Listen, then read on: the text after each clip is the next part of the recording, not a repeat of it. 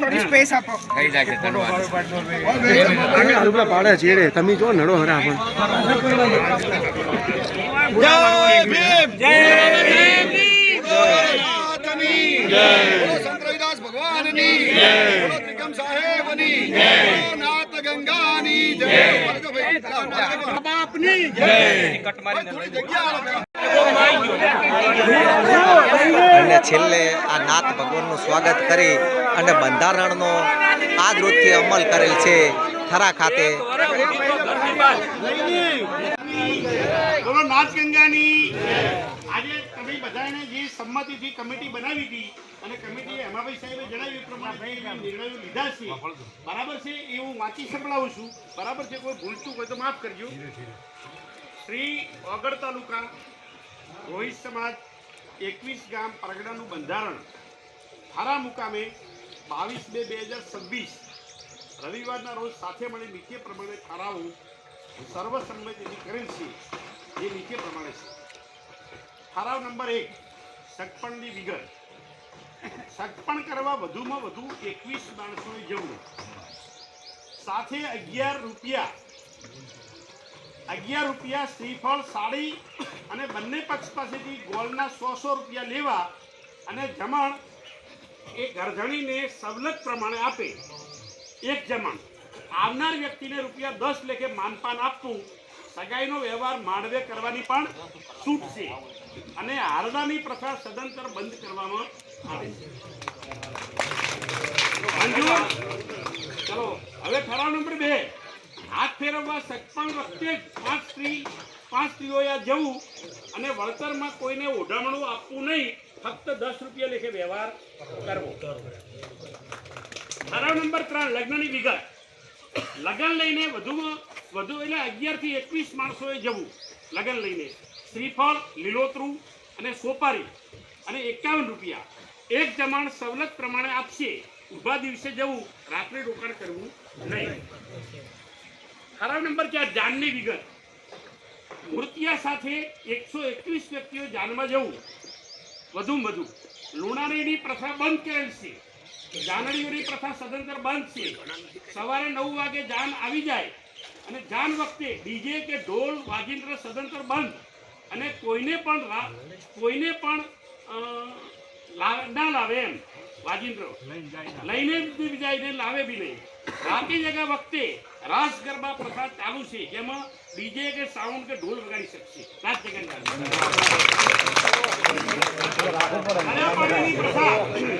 ગળ્યાપાડીની પ્રથા બંધ કરવામાં આવે છે.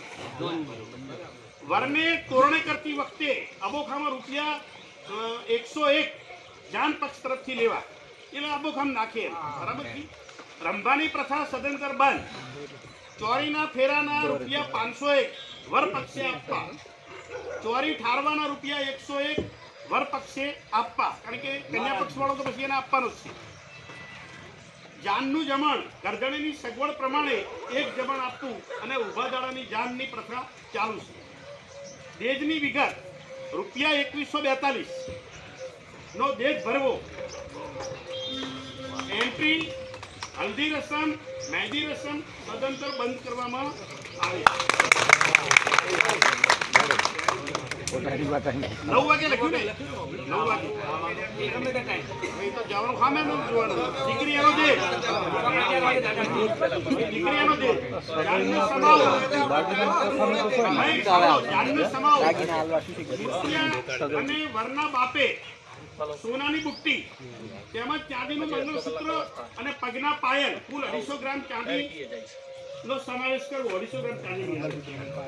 જાનની વળતર એટલે મૂર્તિયા લખ્યા ને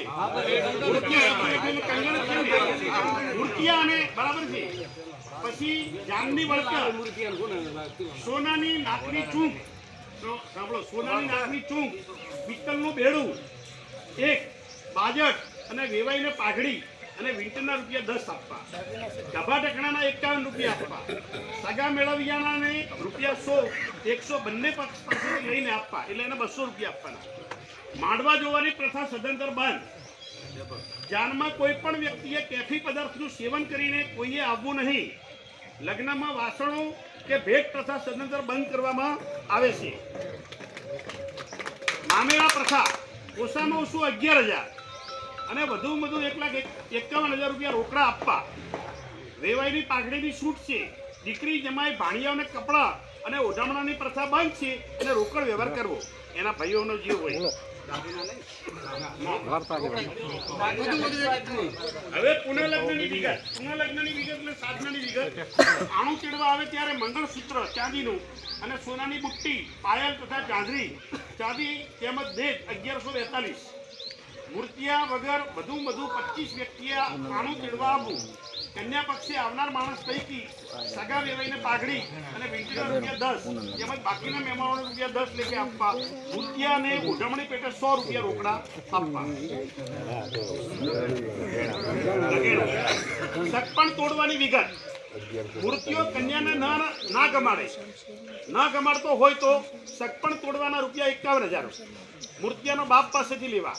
અને કન્યા મૂર્તિયાને ન ગમાડતી હોય તો તોડવાના કન્યાના બાપ પાસેથી રૂપિયા 51,000 લેવા. હવે સમાજને અમે શું આપણે વળતર લેવું બાકી હવે કરવાનું. હવે છૂટાછેડા. લગ્ન કર્યા પછી મૂર્તિઓ કન્યાને ના ગમાડે તો મૂર્તિયાના બાપ પાસેથી રૂપિયા 2,51,000 અને દાગીના તેને પરત કરવા. એ જે સમાવવામાં ભર્યા હોય દાગીના એને પાછા. લગ્ન કર્યા પછી કન્યા મૂર્તિયાને ના ગમાડે તો કન્યાનો બાપ પાસેથી રૂપિયા 2,51,000 અને દાગીના પણ એને જે હોય એને પાછા આપવાના. હવે મરણની અંદર મૃત્યુ પાછળ બપોરો 4 દિવસે કરવું. કોઈ પણ વાર આવતો હોય. મીઠો બપોરો બંધ. બપોરામાં ખીચડી કઢી કરવાની રહેશે. ગામના રિવાજ પ્રમાણે એટલે ટાણા પ્રથા બંધ કરવામાં આવે છે, પણ પોતાના ગામના રિવાજ પ્રમાણે ગાંઠિયાની છૂટ રાખવામાં આવી છે. સંતાન ના થતું હોય એ વ્યક્તિ બીજી સ્ત્રી કરી શકશે એની સંમતિથી. બીમારીના કેસમાં બોલામણાની પ્રથા બંધ, પરંતુ સગાવાલા ભાઈઓ ખબર અંતર લેવા જઈ શકશે અને રોકડ વ્યવહાર કરવો અને વળતરમાં 10 રૂપિયા આપવા, પરંતુ ઓઢામણા આપવા નહીં. ઉપરોક્ત બંધારણનું પાલન ન કરે એના માટે આપણે શું જોગવાઈ કરવી. અને બીજું આપણો બંધારણ દિવસ છેલ્લે લખ્યું હતું કે ભાઈ બંધારણ દિવસે આપણે સમાજે વર્ષમાં, કારણ કે આપણે 36 વર્ષના વાણા વાયા, આપણે કોઈ મળી ના શક્યા, બરાબર છે. આપણે ધન્યવાદ છે એ વખતે ગોઠડા મુકામે આપણને જે ખવડાયું અને આપણને જે પથરી બાંધીથી આપણે ગોઠડાનો આભાર માન્યો. આજે પણ આપણે થરાનો આપણે ખૂબ આભાર માનીએ છીએ. ભગવાન એમને ફાલે ફૂલ્યો રહે. દરેકને ભગવાન એમ ગણો કે એ ખર્ચ કર્યું હોય એનું 25 કિલો અમને વળતર આપે એવી એવી સમાજ તરફથી મારા તરફથી હું એમને પ્રાર્થના કરું છું ભગવાનને. અને આપણે એક છે ને કે ભાઈ એ દિવસે છે ને જે દિવસે આપણે બંધારણ બનાવીએ એ દિવસે આપણે બધાને ભેગા થવું. બંધારણ દિવસ બરાબર, તારીખ આજે લખી દેવાની. એટલે વર્ષ કાંઠે આપણે ભેગા થવું. હા.